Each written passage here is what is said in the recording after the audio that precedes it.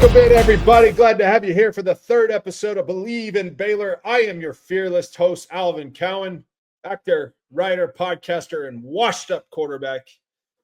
Here to cover all things for your soon-to-be Big 12 champion, the little old Baylor Bears from Waco, Texas. Today, we're going to break down Baylor's defense, its schemes, its players, its coordinator, and the challenges it faces in a dynamic Big 12. All with an attempt to answer, is Baylor's defense good enough to win us the Big 12 title this year? But before we discuss all that, be sure to subscribe to our show to get all the latest from us, as well as checking me out on social. I am that at the Alvin Cowan on all the socials. So before we dive in, got to start at the top. Dave Aranda, defensive-minded head coach. I'm on record as being a big fan of Coach Aranda's. I think we're really going to get it over the hump this year. But Coach Aranda is known as a defensive mastermind, came to Baylor from LSU, where they had won the national championship in Wisconsin. Strong track record of building unique and complex schemes. A well-established reputation for being a defensive mastermind. Coach Aranda puts an emphasis on changing the math at the point of attack, creating +1 situations, and the umbrella concept. It's always good to tackle with more than one guy. Aiming to confuse offenses and maximize defensive impact. As always with defense, he places an emphasis on a relentless effort, getting to 50-50 balls, and the willingness to take chances. Baylor thrives on turnovers. Coach Aranda has described these as the X factor in the defense, highlighting the intangible but critical aspects of their play. Matt Powledge, defensive coordinator. Second stint here at Baylor. Third is the defensive coordinator.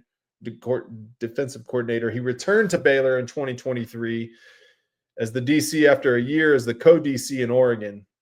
Was previously the Baylor's special teams and safeties coach during the 2021 championship season. Coach Powledge likes versatility, likes to double train linebackers, rotate defensive linemen, have safeties ready for multiple positions, likes an adaptability on defense. To that end, we are a base 3-4 scheme, often a 3-3-5, 3-4 hybrid.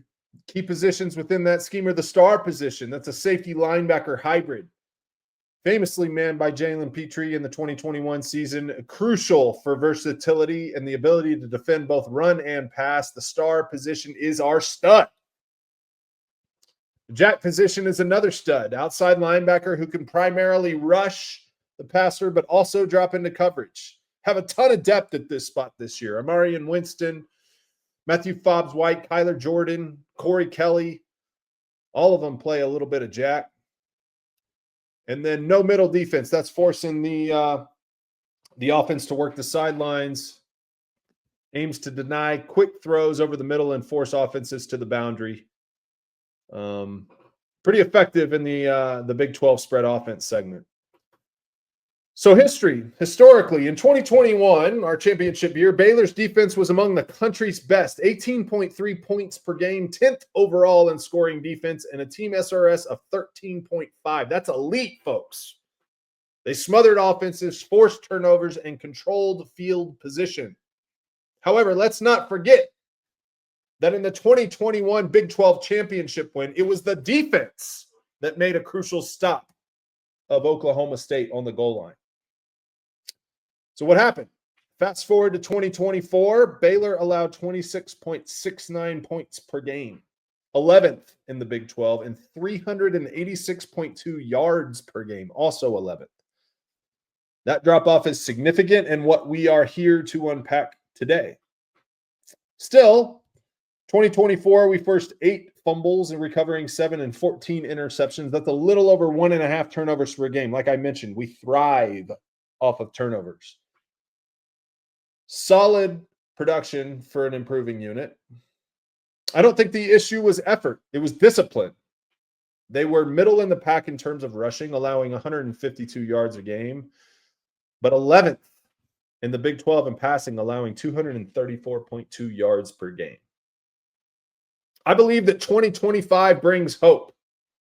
we return quite a unit. Linebacker, Matt Jones and Keaton Thomas were first-team all-conference in 2024, both charting over 110 tackles. Thomas is on the Nagurski watch list for the Defensive Player of the Year. Travion Barnes is listed as a preseason All-Big 12 third-team member. We are stacked at the linebacker position. In the secondary, we made some improvements in interception. Baylor ranked number 27 nationally in interceptions in 2024, which was a significant improvement over the dumpster fire that was the 2023 secondary season. Players like Caden Jenkins, who was a freshman All-American in 2023, and Carl Williams IV, who had shifted to star if he could just stay healthy. Prior to last year in 2024, when he was a freshman in the 2023 season, Williams ranked 38th in the country at corner. He was the best freshman in the Big 12. I expect a huge season out of Carl Williams IV. Then on D-line, we have Amarian Winston, the transfer from Oregon, coming over with Powledge,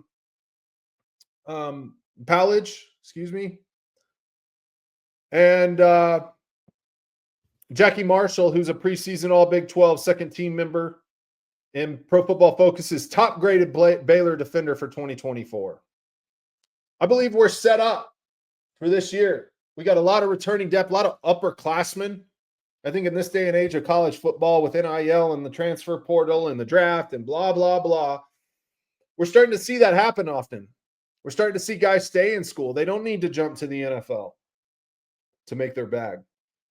So we got a veteran, experienced, confident group with a great coordinator and a head coach focused on it. How does that stack up in the Big 12? Well, Big 12 is notoriously known for high-powered, pass-heavy spread offenses. We got to play better in the secondary this year. Dual threat QBs. Many Big 12 teams feature quarterbacks who can hurt you with both their arms and their legs. Jalen Daniels at Kansas, Sam Levitt at ASU, and Avery Johnson at Kansas State all come to mind. If Baylor holds Kansas State, Arizona State, TCU, and maybe Houston or Utah under 30 points and under 6 yards per game, they win all those games, which means the offense has to score. The nature of the Big 12, going back to its inception, is high octane offense. We're talking long balls, baby. So that's just the beast of it. If we can hold teams under 30 points a game, I think we win every game in the Big 12. But on offense, we've already discussed Sawyer Robertson on this podcast. I think he's a Heisman candidate. I think he's one of the best quarterbacks in the country. Bryson Washington, Omar Agbedayan, I'll get it, are key contributors as well. And then, of course, Spavital. We got the big question of, does the offense take off in just in the same way that it did in the second half of 2024? We will need to make adjustments. Defensive coordinators have studied Spavital, have studied Robertson this entire offseason, and are ready to defend what we did in the second half of the season. Spavs was quoted as saying that 90% of the air raid is in place. So I expect to see the full bag of tricks with Sawyer Robertson and Jake Spavital. So the questions that I have going into this season: what happens if the offense struggles? Can our defense win low-scoring games consistently against high-powered Big 12 teams?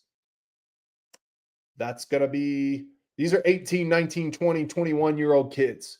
We're going to have a down week. It's the history of Baylor. It's the history of all college football teams. You play down to your competition some weeks. Can we win a grinded-out game on the road against a good opponent when our offense isn't playing their best? What happens if the injury bug hits key defensive positions? I think we have great depth, particularly at the linebacker spots. Jack linebacker and inside linebacker. I already mentioned some of those players before. Brought in a lot in the transfer portal in terms of the secondary and the defensive line. I think we can weather some injuries this year. It just depends who and how. They happen. It's football. Can we generate enough pressure with just 3 or 4 rushers and play back in coverage? That's every defensive coordinator's dream, of course. Can you get pressure from the line of scrimmage? Hard to move the football when there's 8 and 7 guys back in coverage. Jack position obviously is key there. Can we drop that guy into coverage or not? How does the versatile secondary handle the variety of receivers and tight ends they'll face? The Big 12 obviously has a lot of great skill, a lot of great QBs. How do we adjust to that? Do we have matchup problems? College football increasingly like the NFL. The game is played in one-on-one space. Offense is trying to get it. Defense is trying to close it down. That's what I mentioned earlier in the show about suffocating the football. Can we handle the matchups that we face? And finally, the Dave Aranda effect. Does his presence alone elevate the defense to a championship level? What are the standards of the program? I went into that in the first episode about Coach Aranda and how much of a believer I am. I think the man holds high standards. I think we're cooking with gas this year on the defensive side of the ball. So this year, I think there are 4 key stats to monitor throughout the season. By midseason, if the defense achieves these objectives, I Bleav we'll be 1 loss or undefeated. First statistic. Is the opponent's third down conversion rate under 38%? We struggled with getting off the field last year. 38% to me, based on the statistics, is the magic number. Red zone touchdown rate under 60%. Can we hold teams to field goals? We know Sawyer and the boys are going to put some points up. If they're playing 3s and we're playing 7, we win the ball game. Is the total defense ranked within the top 50 by game 6? We'll have played Auburn. We'll have played SMU. Can we stay in the top 50 nationally in terms of total defense? And finally, is the turnover count plus 15 by late October or November? Have we turned the ball over 15 times or more? As I mentioned before, we're a high pressure, high risk, high reward defense. Can we win those 50-50 balls? In conclusion, if Baylor's defense is in the top 30 nationally next season, they win 10 to 12 games and finish 1 or 2 in the Big 12. End of story. If not, I think it's a repeat of last season in slow motion. We'll finish with enough wins to get into a good bowl game, but maybe not be relevant in the national conversation. So, can Baylor's defense win them the Big 12?